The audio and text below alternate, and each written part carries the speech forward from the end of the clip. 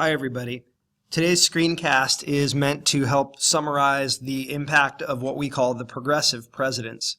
These were presidents of the United States who took office during the first part of the 20th century, who really kind of picked up the progressive reform spirit that had been brewing in the wake of the Industrial Revolution in America.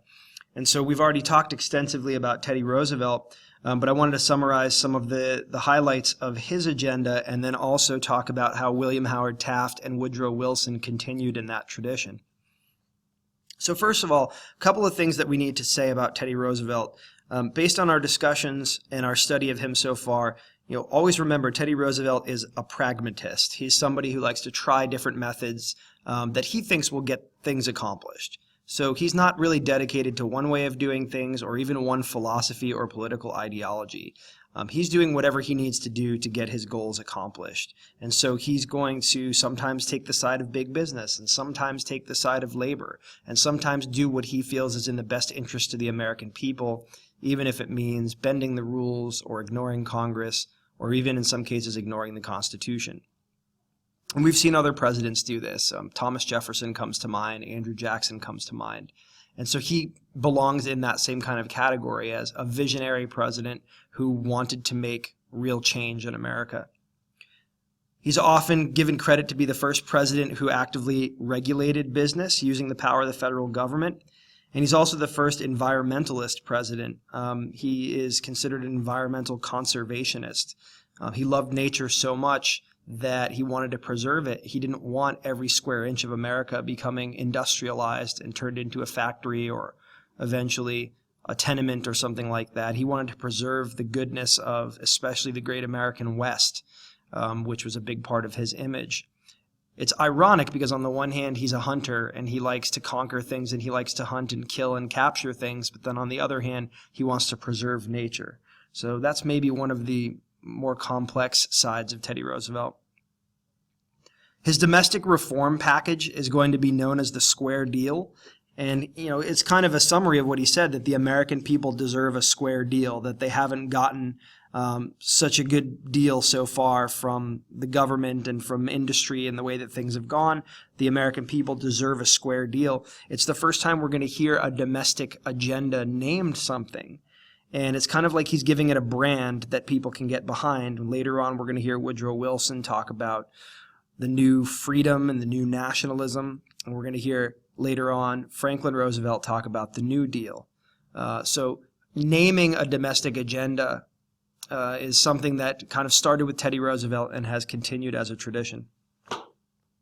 Obviously, there's a lot more detail about Teddy Roosevelt in your domestic affairs packet, but we're going to also just go over some of the highlights of that in the next few slides. First of all, Teddy Roosevelt gets a reputation for being a trust buster, meaning that he's going after big business and trying to break big businesses and monopolies, break them up into smaller pieces. And that's not exactly a fair assessment of what he did. I think the best way to remember Teddy Roosevelt's treatment of big business is that he went after the bad trusts and he left the good trusts alone. What do we mean by bad and good? The companies that he felt were being abusive to workers and consumers, he went after them. He used the power of the federal government to regulate them or to hold them accountable. And the big business monopolies that weren't really abusing people or consumers, he left them alone. So he wasn't going to break up all big businesses just because they were big. He was going to go after the ones that were most abusive. Also, you remember that he pushed for arbitration in labor disputes. He didn't just say, I'm taking the side of the coal miners in the anthracite coal strike. He also didn't say, I'm just going against big business here and the owners of the mines. He pushed for arbitration, which means he wanted there to be a neutral settlement. And that neutral settlement ended up getting the workers back to work and giving them better working conditions and pay. But first and foremost, it got coal production back up and running, and that's what he was most concerned about. And so there will be other times in his presidency where he uses the power of the federal government to stop a strike, using injunctions and using the threat of the military to stop them. And that's mainly because he wants to do what's in the best interest of the American people, and sometimes a labor strike is not in the interests of the American people. You also note that during this time period, the Northern Securities Trust, which was owned by J.P. Morgan, which is a conglomerate of a bunch of railroads, was taken to court, and the Supreme Court eventually decided that they were a monopoly that needed to be broken up. And then famously, because of Ida Tarbell's writings, Standard Oil, which was owned by John D. Rockefeller, was broken up into much smaller companies to restore competition. So these are just a couple of examples of the government finally using its power to regulate and break up big abusive businesses. In terms of his environmental record, Teddy Roosevelt really does get a lot of credit, and I think he's deserved of that credit for protecting America's wildlife. One of the highlights of this program was the Newlands Reclamation Act, and this was actually a way where the federal government could sell off surplus lands to be able to fund irrigation projects in the American Southwest. As you might know, a lot of that land is very arid and very desert, and it's hard to grow things in. And so to promote the growth of American agriculture and settlement in the American Southwest, they're going to basically come up with all of these dams and canal projects that will bring water from the rivers of the Southwest to the interior portions of the Southwest so that farms can actually have irrigation.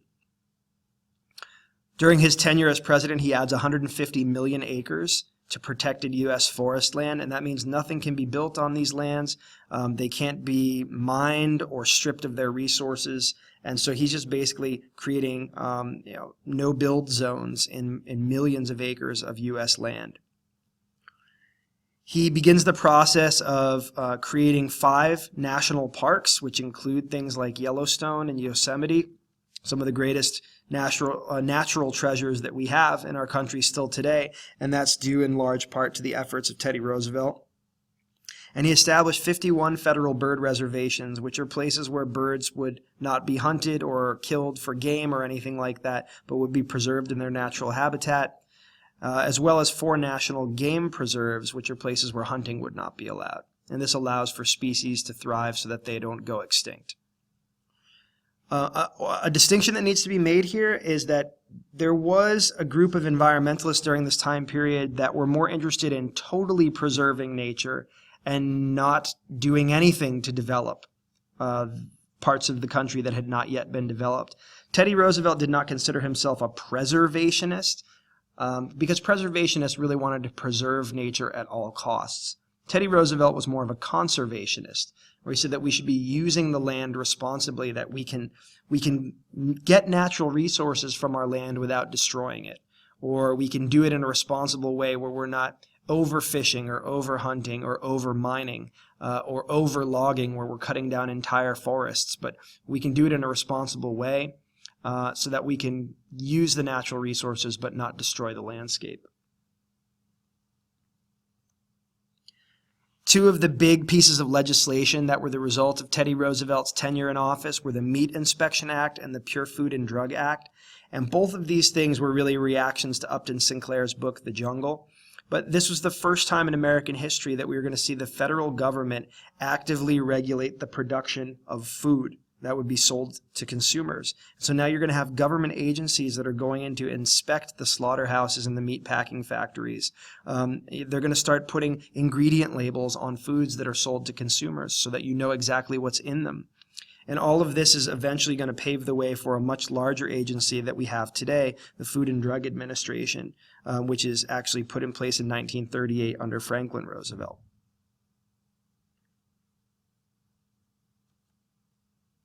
So here's an interesting story. Teddy Roosevelt had promised that he would only serve 2 terms in office. And by 1908, he realized that he had to keep that promise, even though he wasn't really ready to step down. And so he handpicked a successor that he thought could continue his progressive legacy of reform. And he chose William Howard Taft. You might remember William Howard Taft, we mentioned earlier, had been made the U.S. governor of the Philippines after the Spanish-American War. Taft was also a great legal mind and always wanted to be a Supreme Court justice, never really wanted to be president because he wasn't interested in all of the public attention. As you can see, Taft was kind of a large man, and he was always self-conscious about his weight, and he was kind of soft-spoken and shy, which in comparison to Teddy Roosevelt is almost the complete opposite. Roosevelt was a specimen of physical activity and strength and loved being the center of attention. And Taft could not be more opposite from that. But to Taft's credit, he's not known as the trust-busting president. He's not known as the great reformer, but he actually prosecutes twice as many monopolies as Teddy Roosevelt does in only 4 years. And so he deserves a lot of credit for taking it up a notch in terms of going after big business. He put in place mine safety laws so that people would not be trapped in unstable coal mines and other mines. And he also established a Children's Bureau, which was the first step in really eliminating the scourge of child labor and protecting the rights of children so that younger kids could start getting an education rather than being subjected to industrial labor.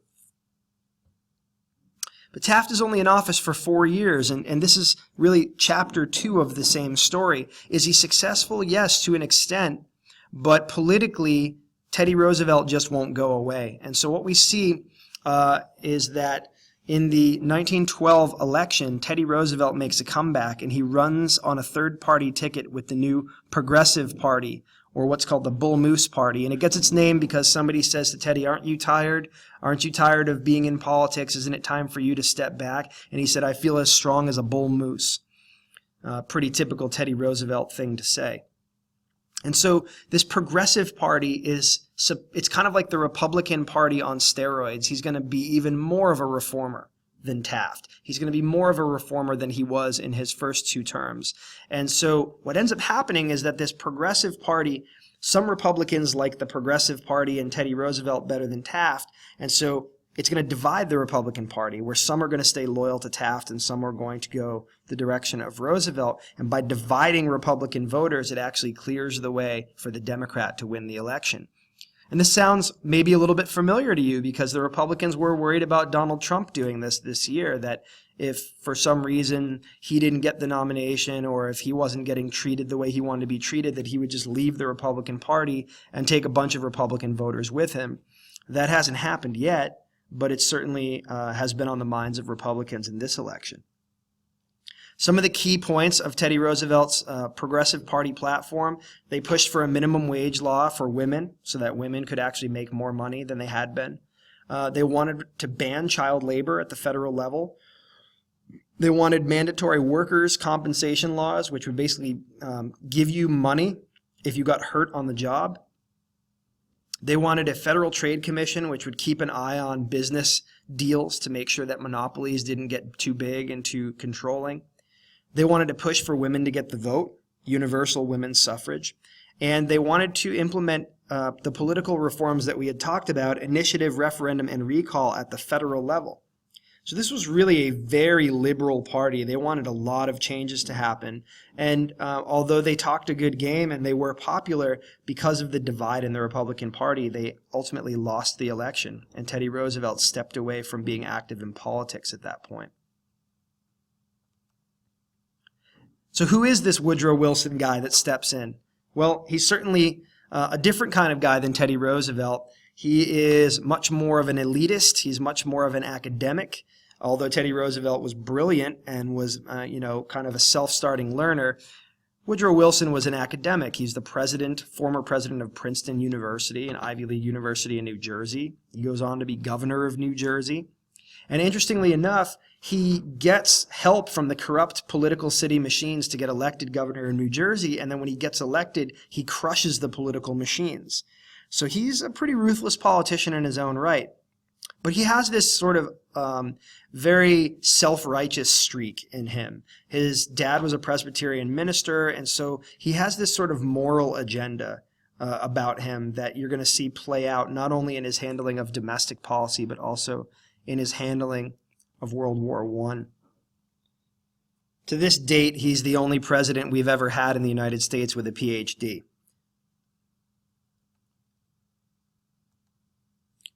We're going to get into some of Woodrow Wilson's reforms in a second here, and I'm going to have to go over to a minute or two of a new screencast, unfortunately. So we'll pick up in the next screencast with just a few more slides outlining Woodrow Wilson's progressive program.